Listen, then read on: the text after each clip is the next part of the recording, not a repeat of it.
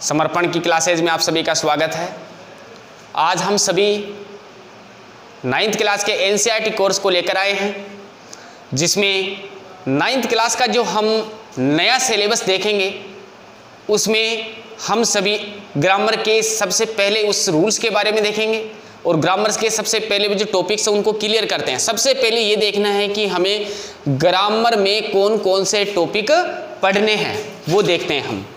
तो हम यहाँ पर टॉपिक्स लिखेंगे और जिन टॉपिक के बारे में हम जानकारी लेंगे वो यहाँ पर अपन क्लियर करेंगे। यह है अपने पास ग्रामर और ये ग्रामर का जो टॉपिक है उसको हम क्लियर कर रहे हैं। ग्रामर को हिंदी में कहते हैं व्याकरण। और 9th क्लास में जो अपने पास व्याकरण चलेगी, यानी क्लास 9th में, क्लास 9th की बात कर रहा हूँ मैं, क्लास 9th में जो अपने पास इंग्लिश सब्जेक्ट में जो ग्रामर चलेगी उस कोर्स के बारे में मैं आपको जानकारी दे रहा हूँ। तो ये अपने पास में है। तो हमारे पास में इसमें क्या क्या चलेगा? टेंस, जो हमें किसके रूप में पढ़ना है? करेक्ट फॉर्म ऑफ वर्ब के रूप में, करेक्ट फॉर्म ऑफ वर्ब। दूसरा अपने पास में टॉपिक है सब्जेक्ट वर्ब कंकर्ड।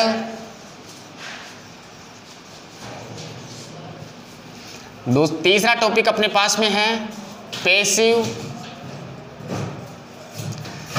वॉइस। चौथा टॉपिक अपने पास में स्पीच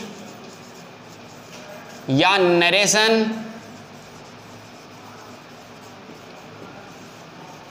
पांचवा टॉपिक अपने पास में है डिटर्मिनेशन।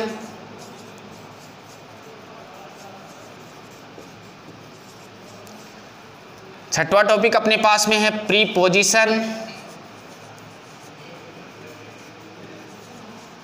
सातवां टॉपिक अपने पास में है मोडाल्स। ये टॉपिक अपने को क्लियर करने होंगे। तो अपने पास में टॉपिक कितने हुए total? Tense, subject verb concord, passive voice, speech and narration, determination, preposition और मोडाल्स। यानी कि हम देखते हैं 1 2 3 4 5 6 7 टॉपिक्स अपने को क्लियर करने हैं। तो सबसे पहले मैं आप सभी को जानकारी दूंगा, वो टॉपिक अपने पास में रहेगा सब्जेक्ट वर्ब कंकर्ड। क्योंकि हम टेंस की जानकारी भी सबसे पहले ले सकते हैं, लेकिन हमें सबसे पहले जानकारी ये लेनी है कि सब्जेक्ट और वर्ब के बीच में कौन कौन सा समझौता होता है और किस प्रकार से सब्जेक्ट और वर्ब का एक दूसरे के साथ में मेल होता है। तो आओ हम सबसे पहले मिलकर पढ़ते हैं सब्जेक्ट वर्ब कंकर्ड को।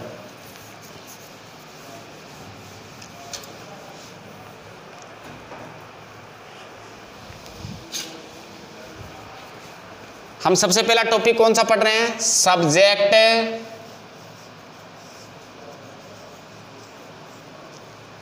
Verb conquered. इसको मैं कह सकता हूं एग्रीमेंट।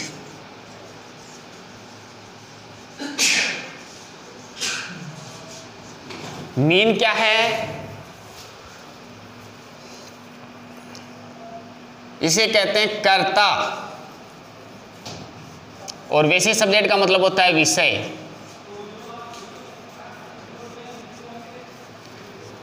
और वर्ब यानी क्रिया, यानी कर्ता और क्रिया या विषय या क्रिया का समझौता। तो हम क्या पढ़ रहे हैं? सब्जेक्ट वर्ब कंकर्ड, अर्थात कंकर्ड या एग्रीमेंट का मतलब क्या होता है? समझौता। तो अब हम यहां पर देखते हैं सब्जेक्ट और वर्ब का समझौता। तो ये समझौता किसके बीच में करना है हमें? क्रिया और कर्ता के बीच में, कि कर्ता और क्रिया दोनों आपस में मिले तो कौन कौन से नियम यहां पर लागू होते हैं, किस प्रकार से हम उसको क्लियर कर पाते हैं। सबसे पहले मैं इसमें आपको जानकारी दूंगा नंबर्स की। नंबर्स का मतलब होता है, नंबर का मतलब होता है वचन। क्या मतलब होता है इसका? वचन।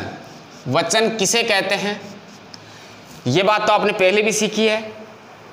वचन है वे शब्द जो एक या अनेक होने का बोध कराएं, उन्हें क्या कहते हैं? वचन। क्या कहते हैं उनको? वचन। कितने प्रकार के होते हैं इंग्लिश में वचन? 2 प्रकार के। कौन कौन से? सिंगुलर और प्लूरल। कौन कौन से होते हैं? 2 प्रकार के, सिंगुलर और प्लूरल। तो अपने पास में टॉपिक यहां लिख लेते हैं।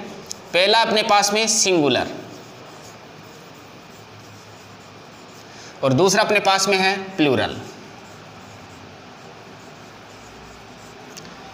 यदि हम सिंगुलर और प्लूरल की बात करें तो ये क्या है? सिंगुलर का मतलब होता है एक वचन। एक वचन क्या है? वे शब्द जो एक ही शब्द का या एक ही संज्ञा शब्द होने का बोध कराएं, उन्हें क्या कहते हैं? Singular word. और अपने पास में दूसरा प्लूरल वर्ड। प्लूरल का मतलब बहुवचन। बहुवचन क्या है? वे संज्ञा शब्द जो एक न होकर अनेक का बोध कराएं या 2 या 2 से अधिक का बोध कराएं, उनको क्या कहते हैं? बहुवचन, यानी कि प्लूरल वर्ड। तो इनमें अपन मेल देखेंगे कि किस प्रकार से कौन से वर्ड का कहां पर यूज किया जाता है। सबसे पहले मैं आपको जानकारी यहां पर दूंगा हेल्पिंग वर्ब की, जिसका एक वचन और बहुवचन का यूज किसके साथ होता है, कौन सी हेल्पिंग वर्ब एक वचन है, कौन सी बहुवचन है। तो मैं यहां पर लिख रहा हूं हेल्पिंग वर्ब। हेल्पिंग वर्ब में सबसे पहले मैं यहां पर सिंगुलर लिख रहा हूं जो एक वचन के रूप में काम आएगी। तो उसे एक वचन के रूप में काम आने वाली लिख रहा हूं helping verb. Does, is,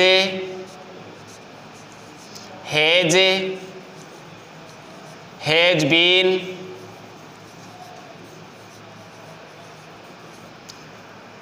was,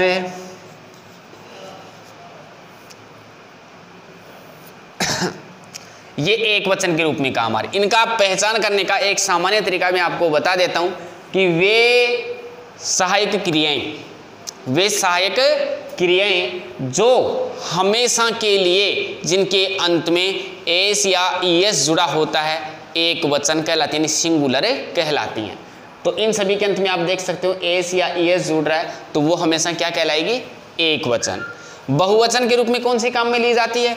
जैसे कि यूज ले सकते हैं अपन, डू, आर, हैव बीन और वर। ये अपने पास में कहां पर काम ली जाएंगी? बहुवचन के रूप में। अब अपने पास पॉइंट बचा हुआ है कि ये तो एक वचन होगी, ये बहुवचन, लेकिन हेल्पिंग वर्ब तो और भी बच गई। वो कौन कौन सी हैं? तो यहां पर लिख रहा हूं मैं, वे सहायक क्रियाएं, वे सहायक क्रियाएं जो सिंगुलर व प्लूरल, सिंगुलर व प्लूरल दोनों में काम आए।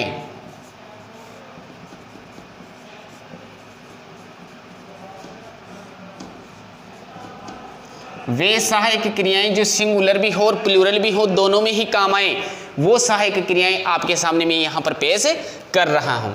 जैसे अपने पास में हैं दोनों में काम आने वाली, जैसे डिड, हेड और फिर है हेड बीन। विले, अब विल का यूज कहां होता है? आई और वी को छोड़कर सबके साथ। तो आई और वी को छोड़कर किन किन के साथ होता है वो यहां पर देख सकते हैं अपन, ही के साथ,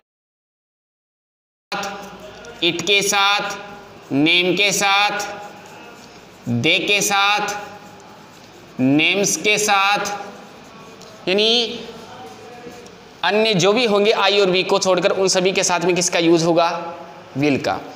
अब अपने पास में ये कौन सी हो गई जो दोनों में काम आई। अब अपने पास में कुछ ऐसी बच गई जो विशेष हेल्पिंग वर्ब होती है, स्पेशल हेल्पिंग वर्ब्स बोलते हैं उनको। स्पेशल हेल्पिंग वर्ब से वो कौन सी हैं जो अलग के रूप में काम में, अलग ही काम में आती हैं, वो अपने पास में यहां पर हैं। जैसे अपने पास में मैं यहां लिख रहा हूं special helping special helping verbs, ये कौन कौन सी है? विशेष सहायक क्रियाएं जो विशेष शब्दों के साथ ही लगती है। जैसे अपने पास में बच गई एम, एम का यूज केवल आई के साथ होता है। यूज किसके साथ होता है? आई के साथ। इसी प्रकार से अपने पास में दूसरी कौन सी बच गई? सेल, सेल का यूज किसके साथ होता है? आई और वी के साथ, आई और वी के साथ। तो ये अपने पास में दो हेल्पिंग वर्ब ऐसी हैं जो विशेष हैं, जो विशेष शब्दों के साथ में ही यूज ली जाती हैं।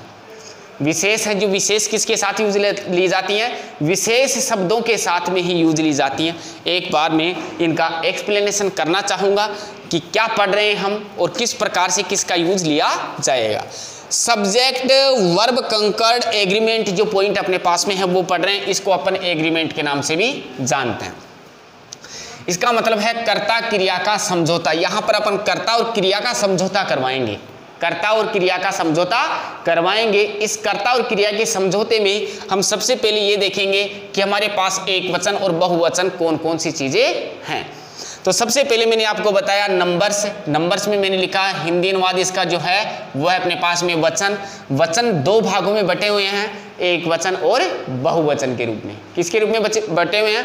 एक वचन और बहुवचन के रूप में। अब हमारे पास में सबसे पहले ये देखना था एक वचन और बहुवचन, एक वचन और बहुवचन सहायक क्रियाएं कौन सी हैं। भाई हम सबसे पहले क्रिया के बारे में तो जान लें। तो सहायक क्रियाएं अपने पास में कौन कौन सी हैं? Does, is, has, has been, was, जो भी हमने यहाँ पर लिखी है वो सभी क्या हैं? Helping verbs. अब हेल्पिंग वर्ब ये एक वचन है और ये बहुवचन।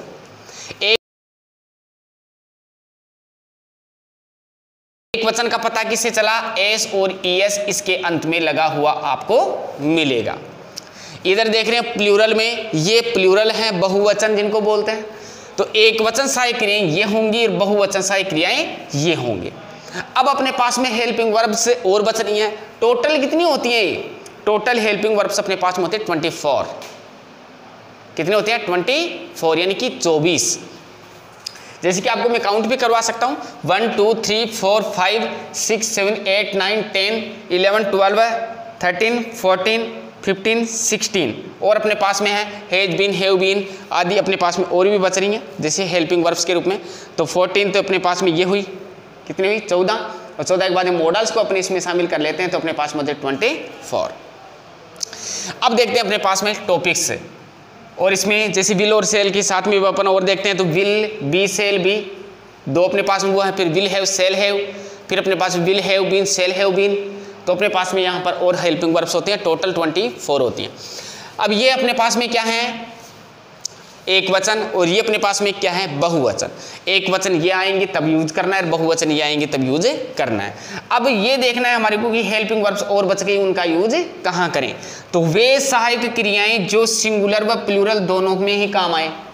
तो सहायक क्रियाएं कुछ ऐसी भी हैं जो एक वचन हो चाहे बहुवचन हो, हेल्पिंग वर्ब तो एक ही लगेगी, चाहे दोनों ही हो, चाहे बहुवचन करता हो चाहे एक वचन करता हो। ऐसी कौन सी हैं? तो वो अपने पास में है जैसे डिड है, हेड है, हेड बीन है, विल है। विल का प्रयोग दोनों में कैसे लग रहा है तो देख सकते हैं आप, ये ही, सी, इट ये एक वचन है, दे और नेम्स बहुवचन है, लेकिन लग तो दोनों के साथ ही रही है इसलिए दोनों में काम है आने वाली है। अब अपने पास में बच गई स्पेशल हेल्पिंग वर्ब जो स्पेशल वर्ड्स के साथ में ही यूज ली जाती है। स्पेशल वर्ड्स के साथ में यूज ली जाती है जैसे एम आई के साथ में यूज होगी और सेल आई और वी के साथ यूज होगी। तो ये अपने पास में पॉइंट है, इनका यूज अपन इस प्रकार से कर सकते हैं। अब अपने पास में देखना ये जरूरी पड़ गया कि एक वचन और बहुवचन कर्ता कौन कौन से होते हैं। तो अपन इधर से उनकी जानकारी लेते हैं। तो यहां पर है सिंगुलर और ये है प्लूरल। अब अपने पास में एक वचन और बहुवचन अपने को देखना क्या है? सब्जेक्ट। क्या देखना है अपने को? सब्जेक्ट यानी कर्ता एक वचन और बहुवचन कौन कौन से अपने पास में है। कौन से सब्जेक्ट देखने हैं अपने को एक वचन बहुवचन में? प्रोनाउन। कौन से देखने हैं? प्रोनाउन यानी सर्वनाम सब्जेक्ट अपने को देखने हैं। जैसे अपन एक वचन में लिखें तो अपने पास में है ही, सी, इट और नेम। और एक अपवाद अपने पास में स्वरूप एक वर्ड है जो है अपने पास में आई। क्या है ये एक वचन भी है और बहुवचन भी, एक वचन भी है और बहुवचन भी। चलो इधर देखते हैं अपन, अपने पास बहुवचन करता है आई, वी, यू, दे और नेम्स। ये अपने पास में क्या है, बहुवचन करता। तो अब अपने पास में सबसे ज़्यादा कंफ्यूज करने वाला, भाई एक वचन बहुवचन तो कंफ्यूज नहीं हुए अपन, लेकिन कंफ्यूज हो गए अपन इसे आई में। किस में हो गए, आई में। तो आपको इसकी जानकारी देते हैं यहाँ पर कि आई क्या है, फर्स्ट पर्सन है। कौन सा पर्सन है, फर्स्ट पर्सन है। कौन सा पर्सन है, फर्स्ट पर्सन। और फर्स्ट पर्सन में हमारे पास में ये आई है जिसका मतलब होता है में। क्या होता है इसका मतलब है, में। और ये जो में है ये एक वचन और बहुवचन कैसे है, तो देखिएगा, सभी टेंस के या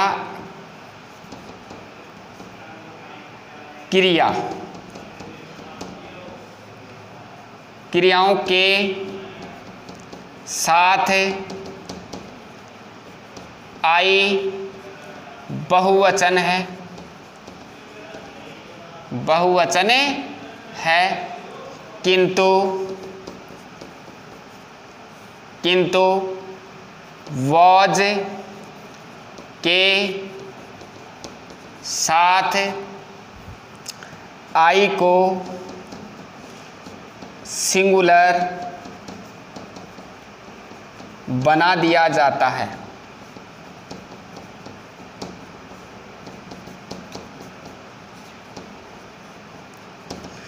क्या देखा हमने, आई कौन सा पर्सन है, फर्स्ट पर्सन। फर्स्ट पर्सन का मतलब मैं स्वयं, यू कौन सा, तुम, अर्थात जो मेरे सामने उपस्थित है। फिर है थर्ड पर्सन, जो हम दोनों के बीच में तीसरा उपस्थित नहीं है, अनुपस्थित होते हुए भी हम उसकी बात कर रहे हैं, वो थर्ड पर्सन होता है। तो यहाँ पर ये कौन सा पर्सन है, फर्स्ट पर्सन है, जिसका मतलब क्या होता है, मैं।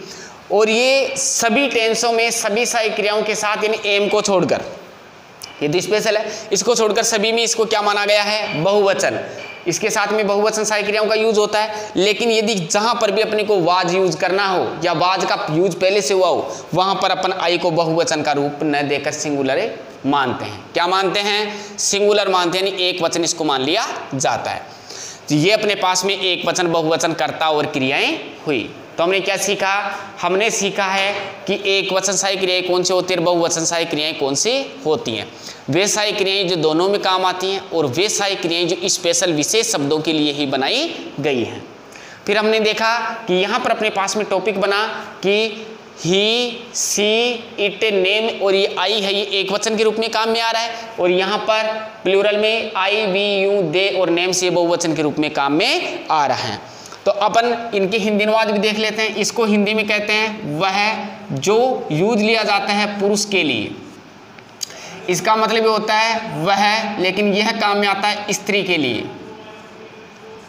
फिर यह इट है, इसका मतलब होता है वह या यह, और यह काम आता है निर्जीव पशु पक्षी वनस्पति आदि के लिए। निर्जीव पशु पक्षी या वनस्पति के लिए काम में लिया जाता है। फिर है नेम, तो नेम तो एक संज्ञा शब्द है। और फिर अपने पास में है में, जो एक वचन भी होता है और इधर बहुवचन भी होता है। आई यानी में, यहाँ पर बहुवचन के रूप में है। वी यानी हम, फिर यू यानी तुम या आप, और दे यानी वे, और नेम्स यानी अनेक नाम इसमें दिए गए हों। तो ये जो पॉइंट है अपने पास में एक वचन बहुवचन को प्रदर्शित करते हैं। अब हम देखेंगे कि एक वचन और बहुवचन के साथ में कैसे किसको यूज लिया जाता है।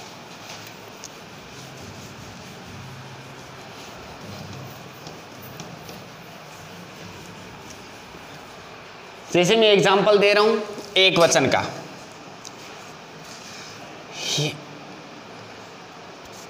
He is a thief. क्या पॉइंट दिया यहां पर, ही इज ए थीफ, तो इसका मतलब है ही यानी वह, इज यानी है, ए यानी एक, थीफ यानी चोर, तो वह एक चोर है, वह एक चोर है। अब यहां पर अपने पास में आ गया वह एक चोर है, ये एक वचन है, तो यहां पर हेल्पिंग वर्ब किसका यूज हुआ, इज का। यहां पर किसका यूज हुआ, ही का। तो ही तो एक वचन है, तो एक वचन है तो अपन एक वचन सहायक क्रिया का ही इसमें यूज करते हैं। फिर अपने पास में प्लूरल में इसी वाक्य को देख लेते हैं बहुवचन बनाने के लिए। तो ही का बहुवचन होता है दे, ही यानी वह, दे यानी वे, they are thieves, they are thieves. अब यहां पर अपन देखते हैं दे यानी वे, आर यानी है, थीव्स यानी चोर, तो यहां पर इसका मतलब हो गया वे चोर हैं, वे चोर हैं। अब यहां पर अपने को देखने की बात यह है कि वाक्य तो हमारा पढ़ा हुआ समझा हुआ है वे पहले से भी, तो यहां पर अपन देख रहे हैं कि यहां पर कर्ता एक वचन है, तो यहां पर सहायक क्रिया अपन यूज कौन सी कर रहे हैं, एक वचन। यहां पर कर्ता बहुवचन है तो सहायक क्रिया कौन सी यूज कर रहे हैं, बहुवचन। इस प्रकार से अपन एक वचन और बहुवचन का यूज करते इसमें निम्नानुसार यूज में सेंटेंस को लेते हैं। एग्जांपल सेकंड देखते हैं, राम इज ए ओल्ड। एक और एग्जांपल देखते हैं थर्ड वाला, दिस, दिस एक सिंगुलर वर्ड है, दिस इज ए गर्ल। बहुवचन के रूप में लेते हैं, यू आर राम। इधर लेते हैं दिस को, दिस का प्लूरल होता है दीज आर गर्ल्स। अपन सेंटेंस में देख सकते हैं यहां पर राम एक वचन है, इसका संबंध किससे है, सहायक क्रिया एक वचन से, तो दोनों का संबंध एग्रीमेंट समझौता हुआ कि तू एक वचन है तो मैं भी एक वचन में रहूंगा, तो दोनों एक दूसरे के साथ में जुड़े। इसी प्रकार से दिस एक वचन है तो इसके साथ में समझौता किसका हुआ, इज का, तो दोनों ने समझौता करके यहां पर इज का यूज किया। यहां पर यू एक प्लूरल है, देख सकते हैं आप, यू अपने पास में क्या है, प्लूरल, तो प्लूरल है तो अपने पास में हेल्पिंग वर्ब का समझौता किससे करेगा, प्लूरल से, तो इसके साथ में प्लूरल में आर लगा। दीज अपने पास में क्या है, प्लूरल, तो इसका समझौता किससे हुआ, प्लूरल से, तो इस प्रकार से ये भी समझौता किससे कर रहा है, आर से। ये जो पॉइंट यदि अपने पास में हो तो अपन वहां पर यूज किसका करते हैं, एक वचन बहुवचन में हेल्पिंग वर्ब का यूज निम्नानुसार होता है, एक वचन होने पर एक वचन का यूज करते हैं, प्लूरल होने पर बहुवचन का यूज करते हैं। तो आज के लिए इतना ही काफ़ी, मिलते हैं नेक्स्ट वीडियो में इसके नए रूल्स के साथ। अगले टॉपिक को जिज्ञासा सजग रहें, और जिसमें हम पढ़ेंगे सब्जेक्ट, वर्ब,